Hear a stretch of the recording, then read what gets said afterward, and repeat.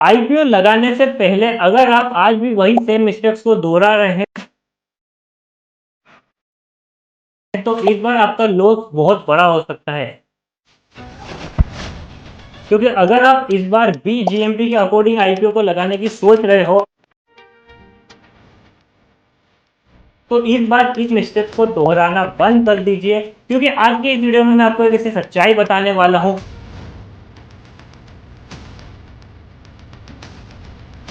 जो कि आपको जानना बहुत जरूरी है। और वो सच्चाई यह है, इन्वेस्टर्स पिछले एक सालों से एचडीबी फाइनेंशियल सर्विसेज के आईपीओ की हाइट बहुत ज्यादा बड़ी बन गई है। पिछले एक साल से हम भी इस चैनल पर कभी कभी हमने प्रेडिक्शन करने की यह कोशिश करी कि क्या इसका प्राइस बैंड रहने वाला है, कौन सा हमको शेयर लेना पड़ेगा शेयर होल्डर कोटा में अप्लाई करने के लिए, और यही सारी बातें हमने काफी बार करी है। लेकिन कंपनी के मैनेजमेंट ने जब आरएसपी फाइल करी तो सबको हक्का बक्का रख दिया। सबसे पहला पॉइंट यहाँ पर निकल कर आता है कि अनलिस्टेड मार्केट के अंदर क्या हुआ है। सबसे पहले आपको वो शेयर कर देता हूं मैं। अनलिस्टेड मार्केट के अंदर एचडीबी फाइनेंशियल सर्विसेज का जो प्राइस था, स्टॉक का प्राइस, वो 1250 रुपए के आसपास चल रहा था और सीधा 740 रुपए का प्राइस में लेकर आ गई है कंपनी। तो यहाँ पर हमको साफ दिख रहा है कि 40 से 45% का इन्वेस्टर्स का लॉस हुआ है जो अनलिस्टेड शेयर को खरीद कर बैठे थे। और हमने काफी बार ये भी बात करी है और हम सभी ये जानते हैं कि अनलिस्टेड मार्केट कितना ज्यादा वोलेटाइल रहता है, कितनी बड़ी रिस्क रहती है, क्योंकि आप किससे खरीद रहे हो, कोई रेगुलेटरी वाला कोई सिस्टम ही नहीं है। सिर्फ आप बस खरीद कर बैठ रहे हो और आप ये होप लगा रहे हो कि जब आईपीओ आएगा, अगर आपने 1250 में खरीदा तो आईपीओ अगर 1350 या 1400 में आ जाएगा तो आपको अच्छा खासा प्रॉफिट हो सकता है। इसी तरीके से एचडीबी फाइनेंशियल सर्विसेज के अंदर भी इन्वेस्टर ने बहुत बड़ा रिस्क लिया, 1250 रुपए तक खरीदा और प्राइस में 740 रुपए पर आ गया है। अब जब उन्होंने 1250 पर खरीदा जो 6 गुना महंगा था, 6.3x उसका पी वैल्यू चल रही थी, प्राइस टू बुक वैल्यू, उस टाइम इतना महंगा हो गया था, फिर भी इन्वेस्टर खरीदे जा रहे थे। उनको ऐसा लग रहा था 1500 रुपए पार ही आएगा इसका प्राइस में। लेकिन अभी के टाइम पे 740 का जो प्राइस बैंड आया है वो 3.3x टाइम्स आया है, यानी कि 3.5 गुना हमसे महंगा लेकर आई है ये कंपनी आईपीओ। लेकिन ये तो फिर भी इन्होंने कट कर दिया, 50% काट दिया है। लेकिन अगर आप मान लो 6.3x वहां पर अनलिस्टेड पर चल रहा था और 7 और 8 टाइम्स अगर लेकर आ जाती तो क्यूआईबीस एनआईएस इनको मनाना काफी मुश्किल हो जाता इतने महंगे दामों पर। इसलिए मैनेजमेंट का ये डिसीजन तो सही था। तो अनलिस्टेड शेयर के अकॉर्डिंग इसकी जो मार्केट कैप पहुंच गई थी वो 1 लाख करोड़ तक पहुंच गई थी। लेकिन यहीं पर अगर इस आईपीओ को हाफ किया गया है तो इसकी मार्केट कैप जो है वो 55,000 से 60,000 करोड़ के बीच में अब इस आईपीओ के थ्रू आएगी। अब यहाँ पर बढ़ते हैं वीडियो में आगे की नेक्स्ट पॉइंट पर,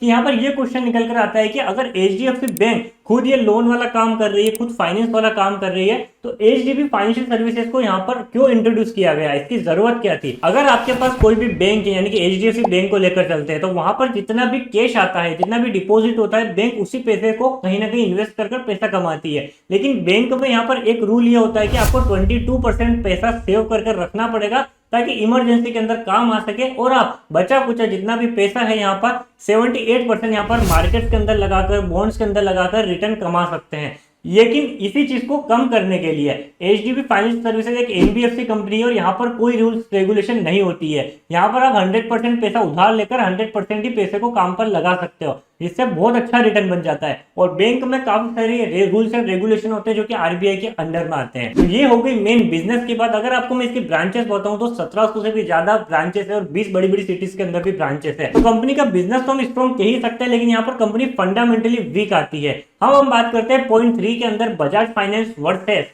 एक और जो हमारी एचडीबी फाइनेंस सर्विसेज है उसके बारे में। पहले पॉइंट में अगर हम कंपेयर करें तो बजाज फाइनेंस का एयूएम जो है, एसेट्स अंडर मैनेजमेंट, वो एचडीबी फाइनेंस सर्विसेज के जो सीएजीआर को देखोगे हम 5 साल के, उसमें काफी ज्यादा बड़ा निकल कर आता है। जैसा कि एचडीबी फाइनेंस सर्विसेज के सीएजीआर 5 सालों का 12.5% है तो इसका 23% है। इतना बड़ा डिफरेंस निकल कर आता है। आरओई रिटर्न भी आपको दिख रहा होगा यहाँ पर, अगर देखा जाए तो एचडीबी फाइनेंशियल सर्विसेज का 14% है तो यहाँ पर 19% का है। तो ऐसा ही आपका ग्रोस एनपी हो गया, यानी कि नॉन परफॉर्मिंग एसेट जो है वो एचडीबी फाइनेंशियल सर्विसेज के काफी कम परफॉर्म करते हैं, लेकिन यहाँ पर जो नंबर निकल कर आता है बजाज फाइनेंस का वो अच्छा निकल कर आता है। तो इस तरीके से देखा हमने कि बजाज फाइनेंस और एचडीबी फाइनेंस सर्विसेज के अंदर बजाज फाइनेंस काफी ऊपर निकल कर आती है। और अगर आप अभी बजाज फाइनेंस की अगर वैल्यू देखोगे तो 5.8 टाइम्स चल रही है, लेकिन ये एचडीबी फाइनेंशियल सर्विसेज का जो आईपीओ आ रहा है वो 3.3 टाइम्स के अकॉर्डिंग आ रहा है वैल्यूएशन के, अगर आप हिसाब से देखोगे तो जायंट का अगर बड़ा है तो उसकी वैल्यूएशन भी हाई है, लेकिन अगर ये कंपनी छोटी है तो इसकी वैल्यूएशन थोड़ी कम है। अब लास्ट में देखते हैं कि कंपनी की जो फेक पीआर है, पूरी मार्केटिंग मीडिया इसी में लगी हुई है कि हाइप जो बनी हुई है एचडीबी फाइनेंस सर्विसेज की, क्या ये हाइप सही है या हाइप के बाद ये आईपी भी हमको नीचे जाते हुए देखने को मिलेगा।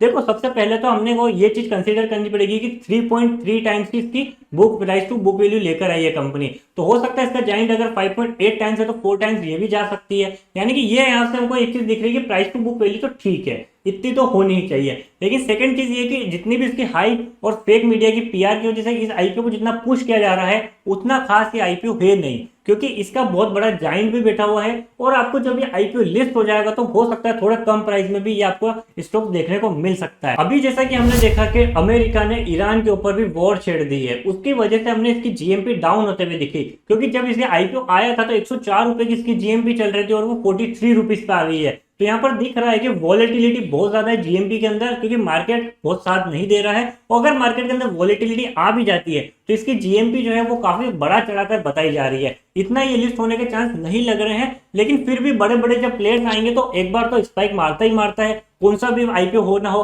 लेकिन उसके बाद जो एक अच्छा खासा करेक्शन, हेल्दी करेक्शन देखने को मिलता है, वहां से स्मार्ट इन्वेस्टर सोच सकते हैं। बाकी जिसको अगर जीएमपी का कोडिंग भी लगाना है तो वो अपनी रिस्क और एनालिसिस लगाकर ट्राई कर सकता है। बाकी अब हम कंक्लूजन करें इस वीडियो का तो हमको फंडामेंटली कंपनी वीक लगी इसके कंपेटिटर से। दूसरा अगर हम देखा जाए तो हमको बिजनेस के अकॉर्डिंग कंपनी सेम बिजनेस कर रही है जो उसके कंपटीशन कर रहे हैं, कुछ नया नहीं देखने को मिला है। तो पूरा लेंडर वाला बिजनेस है, यानी कि पूरा उधारी वाला है, फाइनेंस भी देती है कंपनी, पूरा ये सर्विसेज भी देती है, जैसे बिजनेस पार्टनरशिप के अंदर भी सर्विसेज देती है, सपोर्ट भी करती है अगर किसी कंपनी को फाइनेंस संभालना हो तो ये सारी चीजें कंपनी की सर्विसेज प्रोवाइड करती है। तो कुछ नया नहीं निकल कर आता है। लेकिन एचडीएफसी जो बैंक है वो काफी बड़ी है और बैंक में सपोर्ट काफी बड़ा है, सपोर्ट इसकी वजह से एचडीबी फाइनेंशियल सर्विसेज भी ग्रो कर सकती है। लास्टली फाइनली हम समरी के हिसाब से आईपीओ की क्या क्या डिटेल्स है वो भी बात कर लेते हैं। 20 शेयर का लोड देखने को मिलेगा 40 रुपीज के price band, higher price band पे लगाओगे तो ही हमको मौका मिल सकता है 14,800 रुपए की एक रिटेल के हिसाब से अगर इसकी इन्वेस्टमेंट देखी जाए तो वो रहने वाली है।